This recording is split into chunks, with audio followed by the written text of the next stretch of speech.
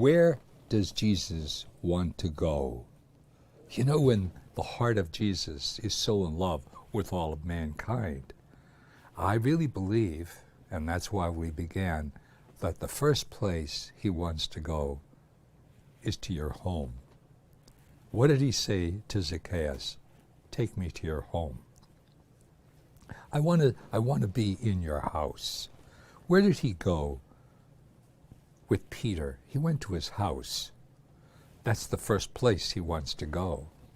But the Son of Man, Jesus, is really not confined.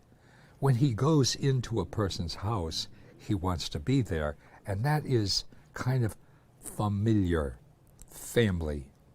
He wants to be with us in our home. But the human person is always, and the human heart of Jesus wants to go with us for wherever we go. Little children, when you enthroned your home to the Sacred Heart, does he go to school with you? Well, he wants to be the king of that school. Yes, he wants to come into second grade through you. He wants to come into 8th grade through you. He wants to come into the high school through you. But the way of the enthronement, he wants to come into your school through the one who is running your school. Are you the principal of that school, so that when the children who have their homes enthroned are going to go to a school where Jesus is recognized? Over and over again, when I was the enthronement director of the Sacred Heart in the Diocese of Scranton, I would go to our schools. I would first go to the Catholic schools, to the grade schools, to the high schools. And who would I contact for that? The principal. Are you the principal of a school? Do you want to have an environment that the Sacred Heart promises, and you just listen to the promises, and you've seen the list of promises? What school, what Catholic school especially, is now not in crisis, in need of Jesus, with his laws, with his commandments of love, with his learning, with his teaching? What did he always do? What was his name? Rabbi, which means teacher. What about your teachers? And what about what's going on in your school?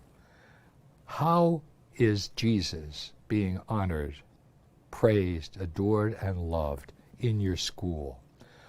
The magnificent power of Jesus in a school as the children come to know the Sacred Heart. That first in the celebration of the enthronement, where the principal takes the image of the Sacred Heart and places in a place where all of the children gather, wherever that might be in your school, wherever you have your central meetings, and he promises what he will do for that school. What a powerful principle you will have. Through you, the principal of that school, what would your relationships and how will they be with your teachers? How will they be with your administration? How will they be with the offices in the school and the various instruments that you have there of helping you, and with regard to the bus drivers who may be picking up the children? The magnificent assist that he, the Sacred Heart, promises. He wants to take over your school of teaching, of love, of compassion, of honesty, of truth, of purity, of holiness, of the teaching of the love of God, especially through the students with one another. If a school is not known to be very different in your athletics, what is the presence of Jesus, especially today on the athletic field?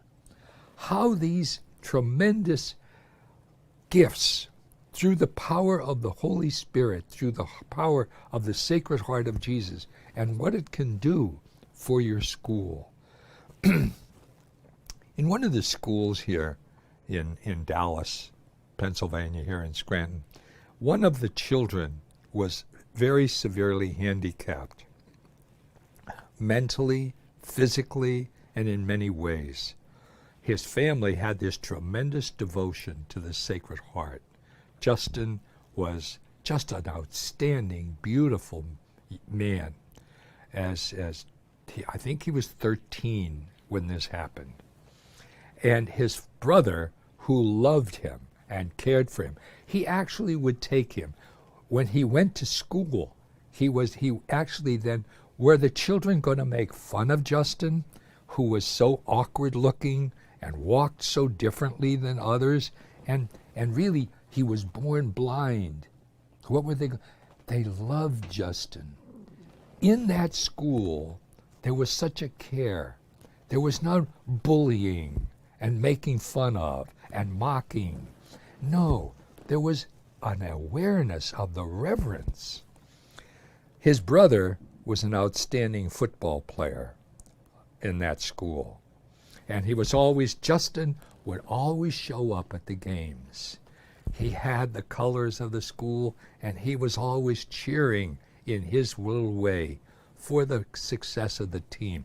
Followed his brother in every way. And his brother was an outstanding football player and a quarterback. One day, and a big day, was the Thanksgiving football game. And they wanted to do something for Justin.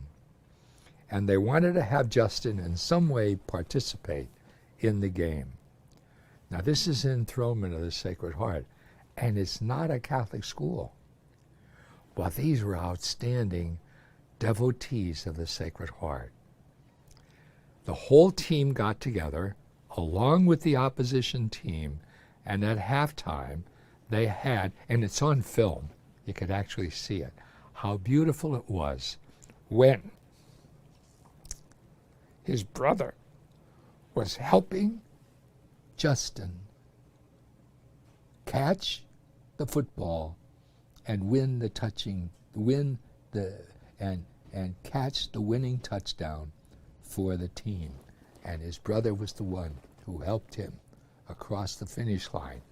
And the stands erupted in just tremendous cheering, and it was such an outstanding thing.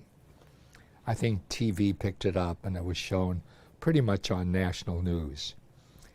What happens? What is that? That's love. That's the love of a brother for a brother.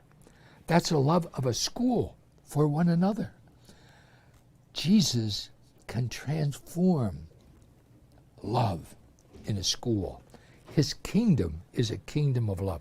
For this time, how many schools are racked by racial problems today? How many schools are being racked by all kinds of division or alcoholism or whatever that might be in your school? The Sacred Heart promises, take him at his promise. Grade school. How many things that are corrupting our children in grade school? He promises, get me be your king. I am the king of love. I am the king of peace. I am the king of justice. Give Jesus a chance to become king of your school.